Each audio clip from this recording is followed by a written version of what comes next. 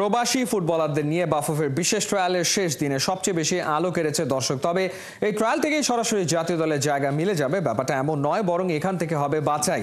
তারা থাকবে বাফুফের রেডারে, নিজ নিজ যোগ্যতা অনুযায়ী ফুটবল ফেডারেশনের বিভিন্ন প্রোগ্রামে সুযোগ পাবে তারা। খালিদ জামিলের রিপোর্টে বিস্তারিত।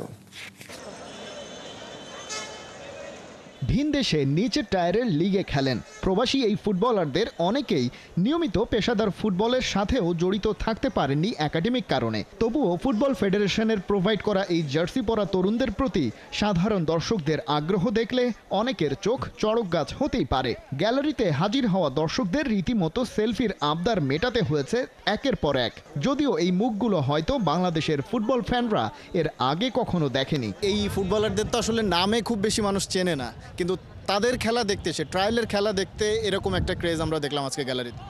দর্শকরা আসলে খেলাকে ভালোবাসে, ঠিক আছে, কে খেললো না খেললো সেটা কথা না। দর্শকরা ভালো খেলা চায়, মনে করছে বিদেশি যারা এসে সবাই ভালো খেলবে, ভালো খেলছে, তাদের ভালো লাগছে, এটাই তাদের আনন্দ। বাফুফের আয়োজনে 3 দিনের এই ট্রায়ালে অংশ নিয়েছেন মূলত ইউরোপ ও আমেরিকার প্রবাসী ফুটবলাররা। সব মিলিয়ে মোট 48 জন 2 এইজ গ্রুপ করে ক্যাম্প হয়েছে জাতীয় স্টেডিয়ামে। আর সোমবার একই ভেন্যুতে শেষ দিনে নিজেদের মধ্যে ভাগ হয়ে খেলেছে প্রস্তুতি match. Head coach Javier Cabrera বাকি দিনগুলোর মতোই পুরোটা সময় ছিলেন মাঠে, আর দেশের সেরা লোকাল কোচরা পাখির চোখ করেছেন। হয়েছে প্লেয়ার পারফরমেন্স ভিডিও। আর শেষ দিনে গ্যালারির একটা অংশে বসে বিনামূল্যে খেলা উপভোগ করতে পেরেছেন সাধারণ ফ্যানরা। দিন শেষে আসলে নিজেদের আয়োজনটা নিয়ে কতটা সন্তুষ্ট, কি পেলাম আমরা এবং সামনে কি পাবো, সামনে কি পাবো এটা নিয়ে চিন্তা করছি, কি পেলাম এটা নিয়ে এখন চিন্তা করছি না।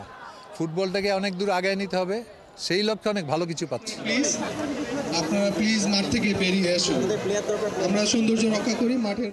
গ্যালারির নিরাপত্তা বেষ্টনী টপকে ঢুকে পড়েছে মাঠে সাধারণ মানুষ। যারা এই ম্যাচটা দেখতে এসেছিলেন তারা মাঠের ভেতরে ঢুকেছেন, প্লেয়ারদের সঙ্গে ছবি তুলেছেন, তাদের সঙ্গে কথা বলার চেষ্টা করেছেন। সাধারণ মানুষের জনপ্রিয়তা যে ফুটবলের প্রতি কতটা সেটা তারা টের পেয়েছেন। এবং দিন শেষে বাংলাদেশ ফুটবল ফেডারেশন শেষ মুহূর্তের অব্যবস্থাপনার মধ্যেও আশাবাদী হচ্ছে যে ফুটবল খেলাটাকে মাঠে ফেরানো গেলে, সেটা যে কোনোভাবেই হোক, তাহলেই সাধারণ মানুষ যারা এতদিন এই খেলাটার দিকে মুখ ফিরিয়ে নিয়েছিল তারা আবারও গ্যালারিতে ফিরে আসবে দারুণভাবে। সেই 90-এর দশক 80-র দশকের সময়কার মতোই জনপ্রিয় হয়ে উঠবে দেশের আন্তর্জাতিক লেভেলের ফুটবল থেকে ঘরোয়া ফুটবলও। খালিদ জামিল, একাত্তর, জাতীয় স্টেডিয়াম, ঢাকা। এক বেলা খাবার দেয়া না হোক, তবে ফুটবল খেলতে দিতে হবে। ফুটবলের জন্য এমন ক্রেজি তরুণ তুর্কিরাই ছুটে এসছেন বাংলাদেশের লাল সবুজের জার্সি গায়ে জড়ানোর স্বপ্ন নিয়ে অংশ নিয়েছেন বাফুফের ট্রায়ালের 3য় দিনে জাতীয় স্টেডিয়ামে। ম্যাচ শেষে পরিবারের সদস্যরা জানিয়েছেন নিজেদের সন্তানদের নিয়ে স্বপ্ন ও লক্ষ্যের কথা। বাংলাদেশের হয়ে খেলতে সব ধরনের স্যাক্রিফাইস করতে মরিয়া স্বপ্নবাজ অভিভাবকরা। হাসান সজীবের রিপোর্ট। এ যেন শুধু ট্রায়াল নয়, রীতিমতো ফুটবল উৎসব। প্রথমবারের মতো পরিবার নিয়ে জাতীয় স্টেডিয়ামে খেলেছেন প্রবাসী ফুটবলাররা। বাঁধ ভাঙা উল্লাস তাদের পরিবারের মাঝে। 71-এর খেলাযোগকে জানিয়েছেন ফুটবলে কিভাবে উঠে আসা বাংলাদেশের জার্সিতে খেলার স্বপ্নের কথা। বিকেলে উঠলে আমার বাবা যখন ঘুমায় থাকতো না, আমার বাবাকে ঘুমাইতে দিত না, যে দাদা চলো না আমি খেলতে যাব, দাদা চলো না আমি খেলতে যাবো। আমার বাবা নিয়ে যেত ব্যাগ ভরে, ওর জন্য পানি ফল টল নিয়ে যেত। যখন মাঠে খেলতো না তখন অনেক দেখতো না, দেখলে মনে বলতো কি আপনার নাতি এটা বলে, হয় ও কিন্তু অনেক বড় হবে। বাবা মারও খুব ইচ্ছে ছিল, বাবা মারও খুব শখ ছিল, আশা ছিল যে যেন ও বড় একটা ভালো খেলোয়াড় হোক। আল্লাহ রহমতে আশা যেন আল্লাহ পূরণ করে। শত বাধা পেরিয়ে বাংলাদেশে এসেছেন এক একজন প্রবাসী ফুটবলার, যাদের প্রত্যেকের রয়েছে আলাদা আলাদা লড়াইয়ের গল্প। ইংল্যান্ড প্রবাসী ফুটবলার সাইফুল ওয়াদুদ সামি, ছেলেবেলায় যাকে একবেলা খাবার না দিলেও চলতো, তবে খেলতে দিতে হতো ফুটবল। সেই সামি পূরণ করতে মরিয়া বাবার স্বপ্ন। আমার বাবার স্বপ্ন আমি পূরণ করব ইনশাল্লাহ। আমার বাবা একজন আর্মি অফিসার, তিনি রিটায়ার করে ইউকেতে চলে গেছেন। সে ইউকেতে যাওয়ার প্রথমত তার মেইন ইচ্ছা ছিল, কারণ সে চেয়েছিল আমি ফুটবল খেলি, আমি ফুটবল খেলছিলাম। অ্যান্ড আমি যখন ফুটবলের জন্য ফেরত এসেছি, সেই আমাকে প্রথমত উৎসাহ দিয়েছে। So I am really thankful to my dad. He is the best thing in the world. He did all of this for me. I'm here because of him. আকাশ ছোঁয়ার স্বপ্ন নিয়ে বাংলাদেশে এসেছেন 15 বছর বয়সী তাহসিন হোসেন। সুইডেন অনূর্ধ্ব 15-তে ডাক পাওয়া ফুটবলার এরই মধ্যে সাড়া ফেলেছেন ট্রায়ালে। ছেলেকে বাংলাদেশের মেসি হিসাবে দেখতে চান তার বাবা মা। অবশ্যই একটা স্বপ্ন আছে বাংলাদেশের জন্য খেলা। এটা আমার জন্য খুবই প্রাউড ফিল করার মতো যে আমার দেশের মাটিতে আমার ছেলে এত জনপ্রিয়তা পাচ্ছে এবং আই হোপ যে সে বাংলাদেশকে রিপ্রেজেন্ট করবে ভবিষ্যতে। অবশ্যই এটা অনেক গর্ববোধ করার মতো, কারণ সুইডেনে ওকে সবাই বাংলাদেশ মেসি বলে, সো এটা আমি প্রাউড ফিল করি এবং আলহামদুলিল্লাহ ও ভালো খেলে এবং ভালোভাবে আগাচ্ছে সব কিছু, তো উইল সি ইনশাল্লাহ। 3 দিনের ট্রায়াল শেষে জাতীয় স্টেডিয়ামে পর্দা নেমেছে বাফুফের নেক্সট গ্লোবাল স্টারের। বিশ্বের বিভিন্ন দেশ থেকে প্রায় 50 ফুটবলারকে এক ছাদের নিচে নিয়ে আসা ডেনমার্ক প্রবাসী সাকিব মাহমুদ বিদায় বেলায় বাফুফের এমন উদ্যোগকে জানিয়েছেন ধন্যবাদ। সুযোগ পেলে ভবিষ্যৎ দেশের জন্য কাজ করে যেতে চান এই স্বপ্নবাজ ফুটবল কোচ ও প্লেয়ার্স রিপ্রেজেন্টেটিভ। বাফুফের সাপোর্টের মধ্যে আমরা যেটা পেয়েছি ওটা কল্পনা থেকেও বাইরে। সো আমি অনেক হাম্বল আর অনেক থ্যাঙ্কফুল যে বাফুফে যেভাবে করে আয়োজন করেছিল, টেকনিক্যাল মেম্বার যারা ছিল, এভরিথিং ওয়াজ ফ্ললেস। আমি কোনো সময় কল্পনা করবো না যে বাংলাদেশে এরকম কমিটি এত সুন্দর করে ম্যানেজমেন্ট করতে পারে। আমি আশা করি বাফুফে এখন অলরেডি রেডি করা শুরু করে যে নেক্সট জেনারেশন আগামী 100 বছরের জন্য প্ল্যান করে রাখে।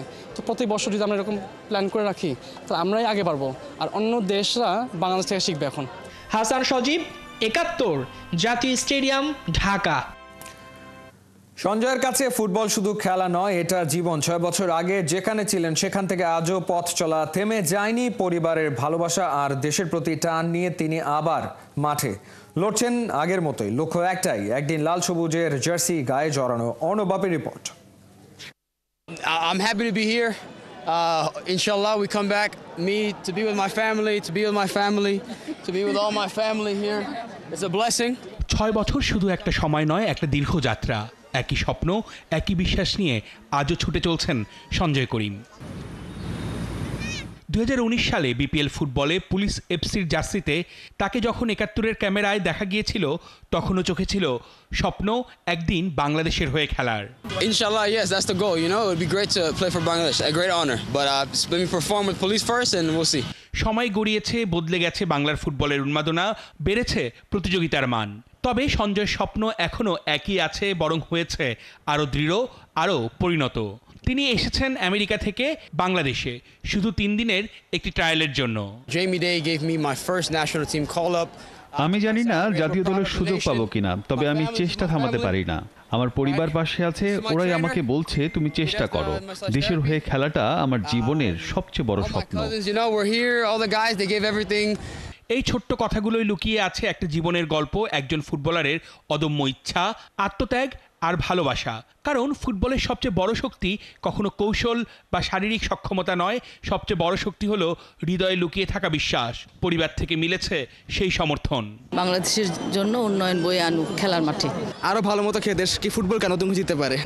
বাংলাদেশে আসছে আমার খুব ভালো লাগে, আর আমার ভাই যে এখান দিয়ে অনেক প্রাউড, ও অনেক হার্ড ওয়ার্কিং, সো ইনশাআল্লাহ you'll get there. তার পরিবারও কিন্তু তাকে সর্বোচ্চ পরিমাণে সমর্থন দিচ্ছেন এবং সঞ্জয় একটা কথা খুব ভালোভাবে বলেছেন, প্রবাসীদের সঙ্গে দেশি ফুটবলাররা একসঙ্গে মিলেই বাংলাদেশকে এগিয়ে নিতে হবে। সঞ্জয় জানেন না জাতীয় দলের সুযোগ মিলবে কিনা, লাল সবুজের সেই গর্বিত জার্সিটা আদৌ গায়ে উঠবে কিনা।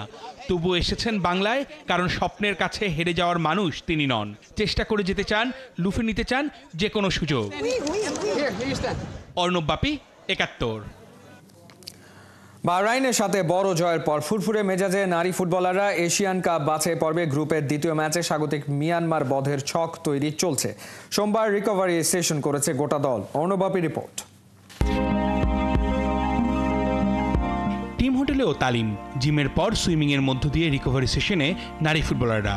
পরিকল্পনা চলছে কি করলে ধরে রাখা যাবে সাফল্যের ধারা। এশিয়ান কাপ বাছাই পর্বের প্রথম ম্যাচেই বাহরাইনের সাথে 7-0 গোলের বড় জয় বাড়িয়েছে গোটা দলের আত্মবিশ্বাস। গ্রুপের দ্বিতীয় ম্যাচে স্বাগতিক মিয়ানমারকে রুখে দেয়া চাই। পরবর্তী ম্যাচের জন্য আমরা প্রিপারেশন নিচ্ছি। আজকে আমাদের রিকভারি সেশন ছিল, সুইমিং ছিল এবং ফোম রোলার স্ট্রেচিং ছিল, সব কিছুই ভালোই। এখন আমরা দ্বিতীয় ম্যাচের জন্য কোচ যে আমাদের দিক নির্দেশনাগুলো দিবেন এগুলো আমরা কাজে লাগাবো এবং আমাদের সেরাটা দেওয়ার চেষ্টা করব। শুরুটা হয়েছে ভালো, নেক্সট ম্যাচে বাড়াতে হবে গতি, আসবে আলো, চলবে চেষ্টা, মেটানো চাই জয়ের তেষ্টা।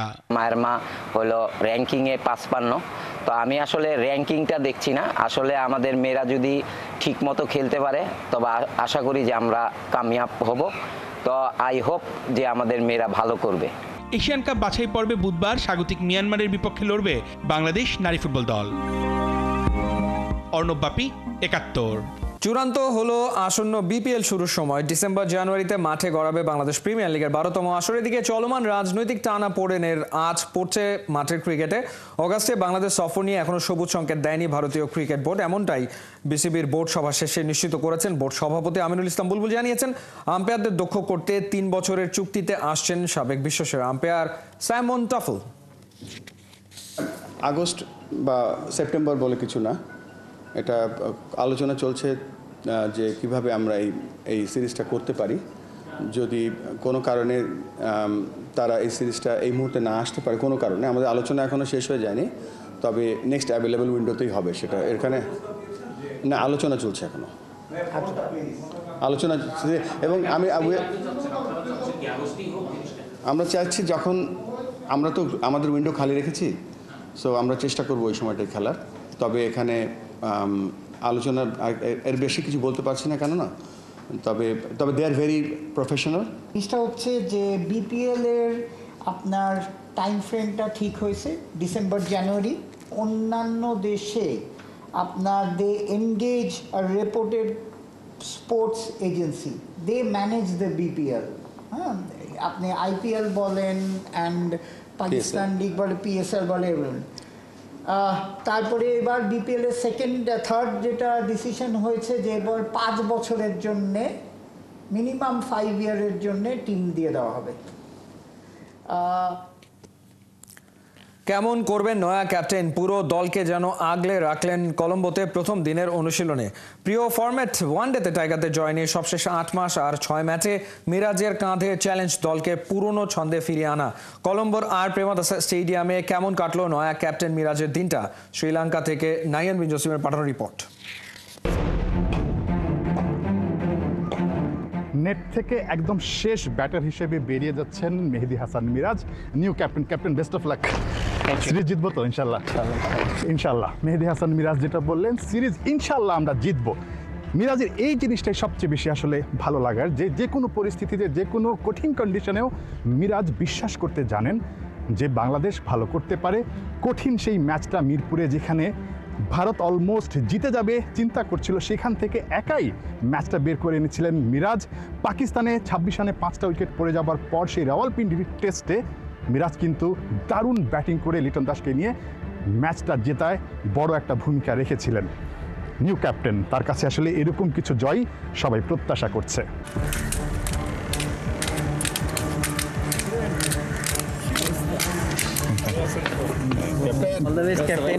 ক্যাপ্টেন মিরাজের নামের পাশে যুক্ত হওয়া ছোট্ট শব্দটার ওজন অনেক, চাপও বেশ। তবে আপাতত মিরাজ নতুন পরিচয়টা বেশ উপভোগী করছেন। তাসকিনদের মতো টিমমেটরা পিঠ চাপড়ে সাহস দিচ্ছেন, বুঝিয়ে দিচ্ছেন সবাই তার সাথেই আছেন। শান্ত মিরাজ, একজন সাবেক আরেকজন বর্তমান। ক্যাপ্টেন্সির ব্যাটনটা হাত বদল হলেও বদলে যায়নি সম্পর্ক। দূরে নয়, ছবির মতোই পাশে থেকেই তাদের ছুটে চলা। একই যে দুই বন্ধুর গন্তব্যটা, দেশের জন্যই দুজনের এই লড়াইটা। প্র্যাকটিসের নয়া কাপ্তানের প্রথম দিন চোখে পড়ার মতো ছিল বেশ কিছু ছবি। শুরুটা টিম মিটিংয়ে, তপ্ত গরমেও আলোচনাটা বেশ লম্বা হলো অন্য দিনের চেয়ে। বার্তাটা দিয়েছেন নয়া ক্যাপ্টেন, সবাই মন দিয়ে শুনেছেন। ওখানেই শেষ না, এরপর শুরু মিরাজের 1-to-1 আলোচনা। কখনো রিশাদকে বুঝিয়ে দিচ্ছেন নিজের ভূমিকা, কখনো তানজিম সাকিবকে দিচ্ছেন টোটকা, আবার কোচিং স্টাফদের সঙ্গেও করেছেন আলোচনা। মিরাজ জানেন দলের সবার সঙ্গে ক্যাপ্টেনের আন্ডারস্ট্যান্ডিং আর ইনভলভমেন্টটা কতটা জরুরি। সব শেষ করে মিরাজ নিজের কাজটাও করেছেন বেশ মন দিয়ে, তড়িঘড়ি করে ছুটে গিয়ে। নেটে বল করেছেন লম্বা সময়, আবার ব্যাট করেছেন মনের মতো করে। নেট থেকে যখন সবাই ড্রেসিং রুমে, তখনও ব্যাট চালাচ্ছিলেন ক্যাপ্টেন। দলের জন্য নিজের জ্বলে ওঠার তৃষ্ণাটা যে মিরাজের বেশ পুরনো। এখন দায়িত্বটা আরও বাড়লো, নিজে পারফর্ম করতে হবে, আবার পুরো দলকে সামনে থেকে নেতৃত্বও দিতে হবে। Good luck the magical mirage. Nahiyan Bin Jasim, ৭১, Colombo, Sri Lanka.